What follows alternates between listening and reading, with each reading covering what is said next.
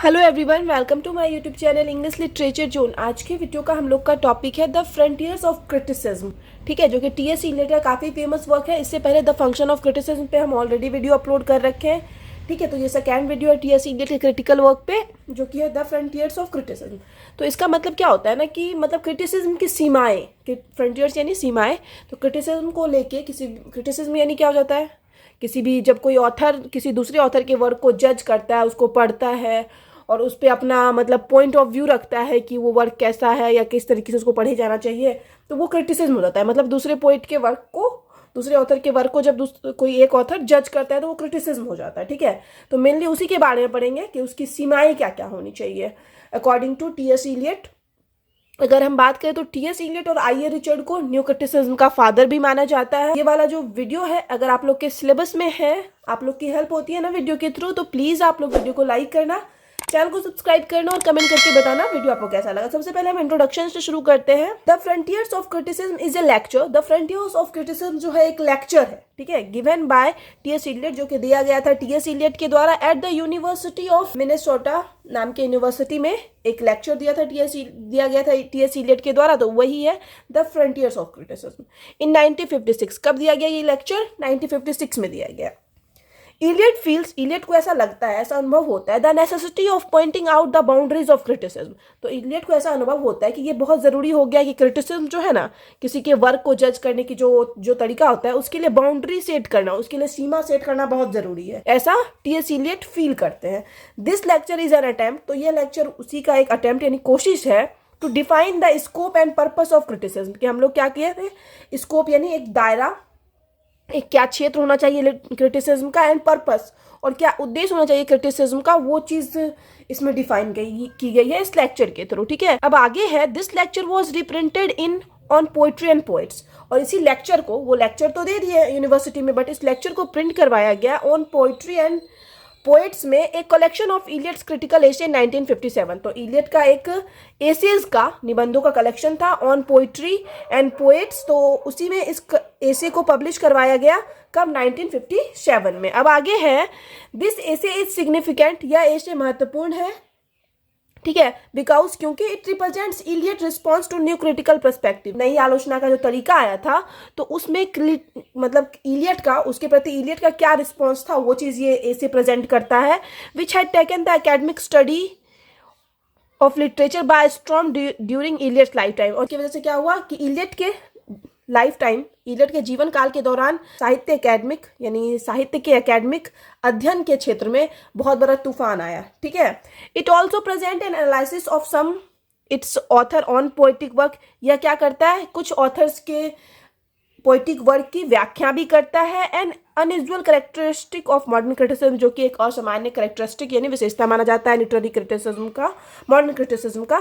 Perhaps even more importantly, शायद और भी महत्वपूर्ण जो है, इट डेमोन्स्ट्रेट द प्रोग्रेस, या डेमोन्स्ट्रेट यानी व्याख्या करता है प्रोग्रेस का, प्रोग्रेस यानी विकास दिखाता है। And change in Eliot's on critical thought, और इलियट जो है ऑथर, उनके खुद के थॉट में क्या चेंजेस आया ओवर द ईयर्स, कुछ वर्षों में, बिटवीन 1919 एंड 1956। तो 1990 से 1956 में इलियट के थॉट में क्या क्या चेंजेस आया, इस चीज़ पे भी ये ऐसे जो है फोकस करता है, उसकी भी व्याख्या करता है। अब है अबाउट टी.एस. इलियट, तो इसमें हम आगे टी.एस. इलियट के बारे में लिखे, तो आपको कोई भी वर्क आए, कोई भी चीज़, मतलब टी.एस. इलियट के कोई भी क्रिटिकल वर्क से रिलेटेड आपको ऑप्शन दे देना, तो ये अबाउट टी.एस. इलियट वाला सेक्शन आप सेम रख सकते हो हर ऐसे में, चाहे वो ट्रेडिशन, इंडिविजुअल टैलेंट आ जाए, थ्योरी ऑफ पर्सनैलिटी आ जाए, द फंक्शन ऑफ क्रिटिसिज्म आ जाए, द फ्रंटाइज ऑफ क्रिटिसिज्म आ जाए, तो ये अबाउट टी.एस. इलियट सब में सेम लिख सकते हो। ये 2 पेज का हम अबाउट टी.एस. इलियट के बारे में लिख रखे हैं कि T S. Eliot is one of the most, T S. Eliot जो है one of the most important literary critics,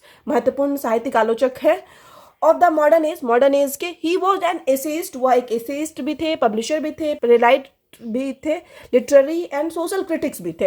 and he is one of the 20th century major poet, और 20th सेंचुरी के प्रमुख पोएट भी थे। अब आगे his name has become synonyms, उनका नाम क्या बन जाता है, सिनोनिम्स बन जाता है। सिनोनिम्स यानी सेम चीज के लिए 2 वर्ड का यूज किया जाता है ना, तो वो सिनोनिम्स हो गया। तो वही सिनोनिम्स बन जाते हैं विथ मॉडर्निज्म। किस चीज का सिनोनिम्स बन जाते हैं? मॉडर्निज्म का। And the general change that comes about in realm of imaginative literature, और जो जनरल चेंज, जो कुछ सामान्य चेंज आया किसके फील्ड में, इमेजिनेटिव लिटरेचर के फील्ड में एंड क्रिटिसिज्म के फील्ड में, उसके सिनोनिम्स के रूप में भी जाने जाते हैं। बिटवीन द ईयर्स 1900 एंड 1950, 1900 से 1950 के बीच में जो चेंज आया। अब आगे, Eliot closely resembles Aristotle. Eliot जो है ना थोड़ा बहुत एरिस्टोटल के भी समान है, ठीक है। एरिस्टोटल बहुत पुराने पोइट है, तो एरिस्टोटल के भी समान है। अब आगे थोड़ा बहुत कुछ समानताएं हैं दोनों में। एजी जॉर्ज सेज, एजी जॉर्ज कहते हैं इलियट थ्योरी ऑफ इम्प्रेशनैलिटी। तो ये वाला कोट्स कोई भी इलियट के वर्क को आप डिस्क्राइब कर रहे हो उसमें मेंशन कर सकते हो, कोई दिक्कत नहीं। हम बताएं अबाउट पोइट वाला, जहां तक हम अभी पढ़ाएंगे बता देंगे कि ये वाला सेक्शन आप कोई भी वर्क में दे सकते हो, बस क्वेश्चन छोड़ना मत, सेम लिखना, क्योंकि मोस्टली इलियट अपने वर्क में इन्हीं सब चीज़ों पे फोकस करते हैं। इलियट थ्योरी ऑफ इम्प्रेशनैलिटी, कि इलियट की जो थ्योरी ऑफ इम्प्रेशनैलिटी है of poetry is the greatest on the nature of poetic process. तो पोइटिक प्रोसेस के नेचर में one of the greatest work माना जाता है इलियट की थ्योरी ऑफ इम्प्रेशनैलिटी जो है। ये किसका कहना है? एजी जॉर्ज का कहना है। आफ्टर वर्ड्सवर्थ के बाद रोमांटिक कंसेप्शन ऑफ पोइट्री, तो मतलब वर्ड्सवर्थ का जो रोमांटिक कंसेप्शन था, एक धारणा थी एक पोइट्री को लेके, तो उसके बाद इलियट का ही वर्क मतलब थ्योरी ऑफ इम्प्रेशनैलिटी ऑफ पोइट्री जो है ग्रेटेस्ट माना जाता है। अब आगे है एज ए क्रिटिक, एक क्रिटिक के रूप में एमंग हिज नोटेबल वर्क्स, उनके प्रमुख वर्क में शामिल है, इंक्लूडेड मतलब शामिल है the function of criticism, tradition and individual talent, selected essays on poetry and poets, the use of poetry and the use of criticism and the English metaphysical poet. तो ये सब उनका प्रमुख वर्क है एज ए क्रिटिक। तो ये वाला line, ये क्रिटिकल वाला कोई भी वर्क आ जाए तो ये पेज अबाउट पोइट वाला पेज, आप जहाँ से अबाउट पोइट वाला सेक्शन होता है वो आप सेम लिख सकते हो। अब ये भी अबाउट पोइट वाले सेक्शन में ही है। अकॉर्डिंग टू इलियट, इलियट के according every age should be revalue the literature. हर एज को क्या करना चाहिए? रिवैल्यू करना चाहिए लिटरेचर का। कोई भी एज आए उसमें रिवैल्यू यानी पुनः मूल्यांकन, पुनः जज करना चाहिए लिटरेचर का। Of the past ages according to its own standards. तो मतलब पास्ट का कोई भी वर्क हो, लिटरेचर हो, कोई भी आर्ट हो, उसको हर एज के अकॉर्डिंग क्या करना चाहिए? जज करना चाहिए। मतलब पहले कोई भी वर्क लिखा गया तो उस पर अभी के थॉट के अकॉर्डिंग, अभी के स्टैंडर्ड के अकॉर्डिंग उसको हम लोग को जज जरूर करना चाहिए, रिवैल्यू पुनः मूल्यांकन जरूर करना चाहिए। एट वन प्लेस, एक जगह पे, he says it means Eliot कहते हैं, फ्रॉम टाइम टू टाइम, कि समय के साथ, एवरी 100 years और so, it is desirable that some critics shall appear to review the past of our literature. मतलब टाइम टू टाइम, हर 100 year के बाद ये इंपॉर्टेंट हो जाता है कि कोई ना कोई क्रिटिक आए, आलोचक आए और वो पास्ट वाले वर्क को जज करे लिटरेचर के। एंड सेट द पोस्ट, और कुछ पोस्ट एंड पोएम सेट करे इन ए न्यू ऑर्डर। उस पोएम को, उस पोस्ट को, उस वर्क को एक नए तरीके से सेट करे, पास्ट के वर्क को अभी का ऑथर अपने हिसाब से जज करके, ठीक है। अब आगे, this is what Eliot has himself tried to achieve in his career. और यही कोशिश इलियट भी अपने करियर में करने की कोशिश किए हैं। इलियट सेम चीज अपने करियर में करने की कोशिश किए हैं। एंड दैट इज वाई, और इसी वजह से, he has given fresh interpretation दिए हैं, फिर से व्याख्या किए हैं, to the works of Elizabethan dramatist के वर्क का फिर से ये व्याख्या किए हैं। द मेटाफिजिकल पोइट्स के बारे में भी ये फिर से लिखे हैं। द कैरोलाइन पोइट्स के बारे में भी फिर से लिखे हैं। मिल्टन के बारे में लिखे हैं। The poets of 18th century, उनके बारे में भी लिख रखे हैं। द रोमांटिक्स, मतलब रोमांटिक एज के जो पोइट है उनके बारे में भी अपनी राय प्रस्तुत कर रखे हैं T S Elliot. Arnold and so on, और भी इन सब सारे चीज पे एक अपने एज के अकॉर्डिंग, अपने मत के अकॉर्डिंग इलियट सारे पुराने वर्क पे अपना पॉइंट ऑफ व्यू रख चुके हैं, जो कि इलियट मानते हैं कि ये इंपॉर्टेंट है हर एज के लिए। Eliot called himself a classicist in literature में खुद को क्लासिस्ट बोलते हैं, मतलब काफी प्रतिष्ठित मानते हैं। A person of Anglo Catholic in religion में खुद को एक एंग्लो कैथोलिक रिलीजन का मानते हैं। And A royalist in politics, और पॉलिटिक्स में खुद को रॉयलिस्ट मानते हैं, ठीक है। अब आगे है, तो यहाँ तक अबाउट ऑथर वाले सेक्शन में आप सेम लिख सकते हो, यहाँ तक बिल्कुल मतलब वही अबाउट टी एस इलियट वाले सेक्शन में कोई भी वर्क आए यहाँ तक बिल्कुल सेम आप लिख देना। कोई भी ट्रेडिशन इंडिविजुअल टैलेंट आए, द फंक्शन ऑफ क्रिटिसिज्म आए, या फिर आपको टी एस इलियट के बारे में भी T S Eliot as a critic आ जाए, तो इस तरीके का वो सेम टू सेम लिख सकते हो। बस आप स्टार्टिंग में वर्क मेंशन नहीं करना है कि फ्रंटाइज ऑफ क्रिटिसिज्म को आप डिस्कस कर रहे हो। तो मेनली तो हम लोग टी एस इलियट को एज ए क्रिटिक भी इसमें पढ़ रहे हैं कि टी एस इलियट क्या क्या मत दिए क्रिटिक्स को लेके, क्रिटिसिज्म को लेके। तो मोस्टली टी एस इलियट के क्रिटिसिज्म वाले वर्क में इस नोट्स को आप लिख सकते हो, बस थोड़ा बहुत चेंज करना पड़ेगा क्योंकि इसको हम मेनली पॉइंट ऑफ व्यू, किसके पॉइंट ऑफ व्यू से, फ्रंटियर्स ऑफ क्रिटिसिज्म के पॉइंट ऑफ व्यू से लिखे हैं, बस वो आपको नहीं दिखाना है हर जगह। अब आगे है, the modern criticism is very different from the criticism of earlier age. तो मॉडर्न क्रिटिसिज्म जो आया, आधुनिक एज में जो क्रिटिसिज्म किया जाने लगा, वो पुराने क्रिटिसिज्म से बहुत ज्यादा अलग था। The romantic criticism is mostly impressionistic, mostly क्या होता था, प्रभावकारी होता था। प्रभावकारी यानी इसमें हम लोग को रोमांटिक क्रिटिसिज्म में ऑथर का प्रभाव देखने को मिलता था। ऑथर के प्रभाव को हम लोग ध्यान में रखते थे रोमांटिक वर्क को पढ़ते समय, रोमांटिक कोई भी वर्क को जज करते समय। The criticism of Charles lamb, और जो चार्ल्स लैम्ब का क्रिटिसिज्म थी, आलोचना थी, is very opt example of such type of criticism. वो मतलब बिल्कुल सही एग्जाम्पल है इस तरीके के क्रिटिसिज्म का। Lamb is so much overwhelmed by King Lear, lamb जो है चार्ल्स लैम्ब वो काफी ओवरवेल्म्ड थे किंग लियर जो शेक्सपियर का वर्क है उससे, that he declared is not fit for the stage, और जिसके लिए वो डिक्लेयर क्या करते हैं कि ये जो किंग लियर वर्क है वो स्टेज के लिए फिट नहीं है, मतलब इसको स्टेज पे परफॉर्म नहीं करना चाहिए। Beside the rigid application of the rules, और बहुत ज़्यादा मतलब रिजिड यानी एकदम दृढ़, एकदम बहुत ज़्यादा मतलब सख्त कानून एप्लीकेशन होने की वजह से रूल्स का भी, द क्रिटिक लाइक, जो क्रिटिक है जैसे कि डॉक्टर जॉनसन जो है वो ट्राई किए to understand the relationship between the work of art and the life of the poet, उन दोनों के बीच रिलेशन बताने की कोशिश की, ठीक है। क्योंकि to rule of new criticism, तो जब भी हम लोग कोई वर्क पढ़ते हैं तो उसमें हम लोग को ऑथर की भावना, ऑथर की क्या एज था, मतलब ऑथर किस फीलिंग्स में लिखे, वो सबको ध्यान में नहीं रखना चाहिए। लेकिन इन सब रूल्स के अलावा, इन सब मतलब एकदम दृढ़ रूल के अलावा, जो डॉक्टर जॉनसन जैसे जो क्रिटिक हैं वो क्या किए, कोशिश किए समझने का the relationship between the work of art, की वर्क जो है, जो वर्क लिखा गया है उसके और and the life of poet, मतलब वर्क ऑफ आर्ट मतलब वर्क के बीच में और लाइफ ऑफ पोएट, पोएट के बीच में क्या रिलेशन है वो समझने की कोशिश की है। जबकि ये चीज न्यू क्रिटिसिज्म में मना किया गया था, ये क्रिटिसिज्म के अगेंस्ट माना जाता था। अब आगे इलियट पॉइंट्स करते हैं, मतलब इस चीज पे भी ध्यान हम लोग का केंद्रित करते हैं, दैट बायोग्राफिकल डिटेल्स यानी किसी ऑथर के लाइफ के बारे में बताना, do not help the readers, ये रीडर्स की हेल्प नहीं करता, पाठक की हेल्प नहीं करता in understanding a beautiful work of art, एक ब्यूटीफुल एक अच्छे वर्क को समझने के लिए हम लोग लेखक के बायोग्राफिकल वर्क को पढ़े, ये जरूरी नहीं है, ऐसा टी एस इलियट का कहना है। Therefore Eliot find out that the modern criticism has to be different from the impressionistic criticism, इसलिए जो इलियट है ये बोलते हैं कि जो मॉडर्न क्रिटिसिज्म होना चाहिए वो ना इम्प्रेशनिस्टिक क्रिटिसिज्म जो था, मतलब रोमांटिक एज का इम्प्रेशनिस्टिक क्रिटिसिज्म था जिसमें हम लोग ऑथर की भावनाओं को ध्यान रखते थे, तो वो मॉडर्न क्रिटिसिज्म क्या होना चाहिए, बिल्कुल उससे अलग होना चाहिए, इम्प्रेशनिस्टिक क्रिटिसिज्म से बिल्कुल अलग होना चाहिए। ऑफ द 19th सेंचुरी के इम्प्रेशनिस्टिक क्रिटिसिज्म से अलग होना चाहिए, and the new classical criticism of the 18th century, और 18th सेंचुरी में भी जो क्रिटिसिज्म किया गया, हर वो एज में क्रिटिसिज्म किया गया, लेकिन अब जो मॉडर्न क्रिटिसिज्म आया तो उसमें ऑथर ये बोलते हैं कि हम लोग को इसमें किसी भी तरह के प्रभाव को नहीं ध्यान में रख के वर्क को जज करना चाहिए। अब आगे है इन हिज क्रिटिकल राइटिंग, कि अपने क्रिटिकल राइटिंग में Eliot main thesis in that critical truth, Eliot क्या करते हैं, क्रिटिकल ट्रूथ पे मेन फोकस करते हैं, दैट आर नॉट परमानेंट, जो कि परमानेंट नहीं होता। कोई भी ऑथर अगर किसी वर्क को जज कर रहे हैं तो वो हमेशा के लिए नहीं कि अब उसी अकॉर्डिंग जज किया जाएगा। एंड यूनिवर्सल, ना ही यूनिवर्सल होता है, सार्वभौमिक, यानी अगर कोई ऑथर किसी वर्क को जज कर दिया, कोई अपना राय दे दिया तो वो हमेशा के लिए सच नहीं मान लिया जाएगा, ना ही यूनिवर्सल यानी पूरे यूनिवर्स के लिए वही चीज सही है।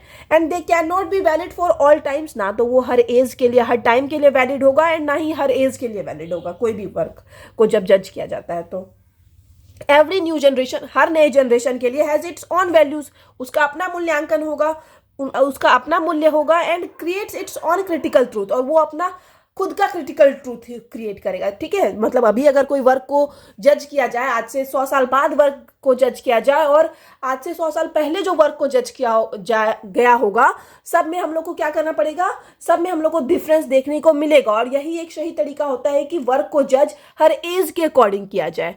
There is a fundamental difference between, एक फंडामेंटल एक मौलिक डिफरेंस होता है, अंतर होता है किसके बीच में, लिटरेरी ट्रुथ के बीच में, साहित्यिक सत्य के बीच में, ट्रुथ ऑफ सोशल समाज के सत्य के बीच, सत्य एंड फिजिकल साइंस, इन तीनों के सत्य के बीच में एक फंडामेंटल एक मौलिक डिफरेंस होता है। अब आगे है the meaning of frontiers of criticism, जो फ्रंटियर्स ऑफ क्रिटिसिज्म का जो मीनिंग होता है, means the limit of literary criticism, literary criticism का लिमिट करना, मतलब सीमा तय करना, और to seize the limits of literary criticism, और वही मतलब लिटरेरी क्रिटिसिज्म का जो तरीका है उसको सीज करना, मतलब सीमित करना, प्रतिबंधित करना। So far as the function of a critics is, जहां तक अगर हम फंक्शन यानी किसी क्रिटिक्स के काम की बात करें, is to promote the understanding, वो क्या होता है, प्रमोट करना होता है अंडरस्टैंडिंग को, समझ को, and to enjoyment of the readers, कि रीडर्स के एंजॉयमेंट को और रीडर्स जो होते हैं, जो वर्क को पढ़ते हैं, उनके एंजॉयमेंट को प्रमोट, उनके एंजॉयमेंट को बढ़ावा दिया जा सके और वो अच्छे से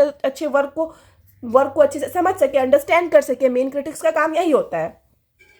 ए critics who pays a great attention to the source of the poem, अगर एक जो क्रिटिक है बहुत ज़्यादा अटेंशन यानी ध्यान दे रहा है किसी पोएम के सोर्स पे कि पोएम कहाँ से ली गई, कैसे ली गई, and the hidden motive of the poem, और पोएम के हिडन मोटिव के पीछे कि पोएम लिखने के पीछे क्या कारण है, तो इन सब चीज़ों पे अगर कोई क्रिटिक ध्यान दे रहा है, कोई आलोचक ध्यान दे रहा है, it may be obstruct the understanding and enjoyment of the poetry, तो ये एक ऑब्स्ट्रैक्ट, एक रुकावट का काम करेगा पोएट्री को समझने और एंजॉय करने के लिए। ठीक है, he must have a wide experience of this world and life, तो ही मस्ट, इट मीन्स जो एक क्रिटिक होता है उसको क्या होना चाहिए, एक अच्छा वाइड एक्सपीरियंस, अनुभव होना चाहिए इस वर्ल्ड का और लाइफ का। ठीक है, अब आगे है, Eliot has been believe to be father of new criticism, Eliot को माना जाता है न्यू क्रिटिसिज्म का फादर, इलियट और आई.ए. रिचर्ड दोनों को माना जाता है।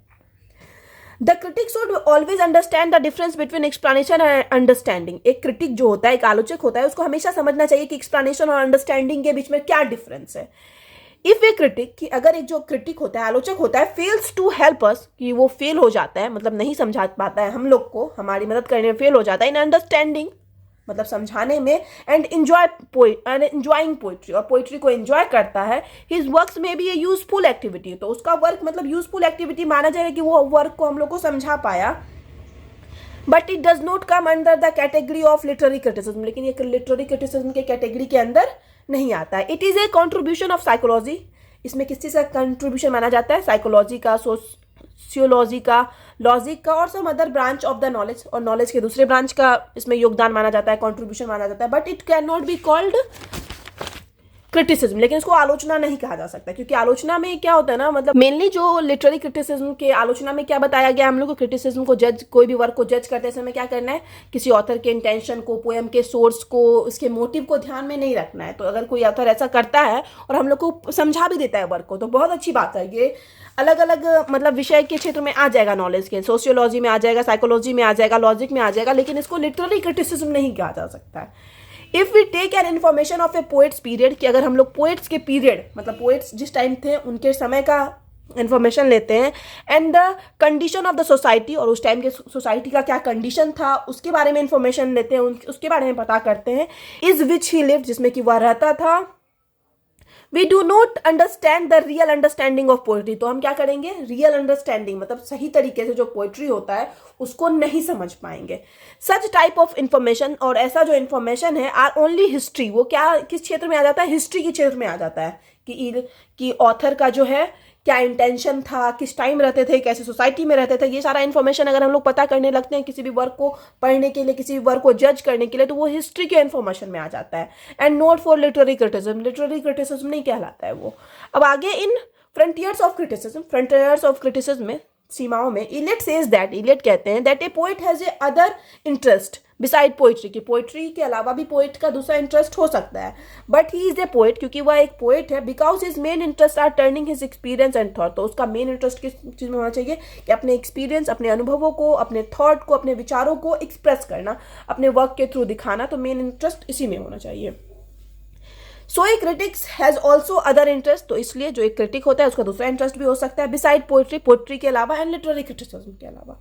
The critic must be the whole man with principle and of knowledge and experience of the life, तो जो एक आलोचक होता है, आलोचक को क्या होना चाहिए, प्रिंसिपल यानी सिद्धांतों के साथ, नॉलेज ज्ञान, और जीवन के अनुभवों, एक्सपीरियंस ऑफ लाइफ, जीवन के अनुभवों के साथ संपूर्ण मनुष्य होना चाहिए। ठीक है, एक होल मैन होना चाहिए, एक संपूर्ण मनुष्य होना चाहिए। 10 यहाँ पे नोट्स खत्म होता है, सबसे आखिरी वाला स्टैंजा है, इस प्रकार, इन दिस वे, इस तरीके से, Eliot tries to present, Eliot क्या करते हैं, प्रेजेंट करने की कोशिश करते हैं, the limitation of several kind of criticism, ढेर सारा तरह का जो क्रिटिसिज्म है उसका लिमिटेशन, उसकी सीमा बताने की कोशिश करते हैं, एंड देयर स्कोप, और उनका क्या दायरा है, उनका क्या क्षेत्र है, एंड फाइनली द पर्पस, और उसका क्या पर्पस होना चाहिए, क्या उद्देश्य होना चाहिए, ये चीज़ बताते हैं इन हिज एसे, अपने एसे द फ्रंटियर्स ऑफ क्रिटिसिज्म में। ठीक है, तो यहाँ पे जो है ये नोट्स खत्म होता है।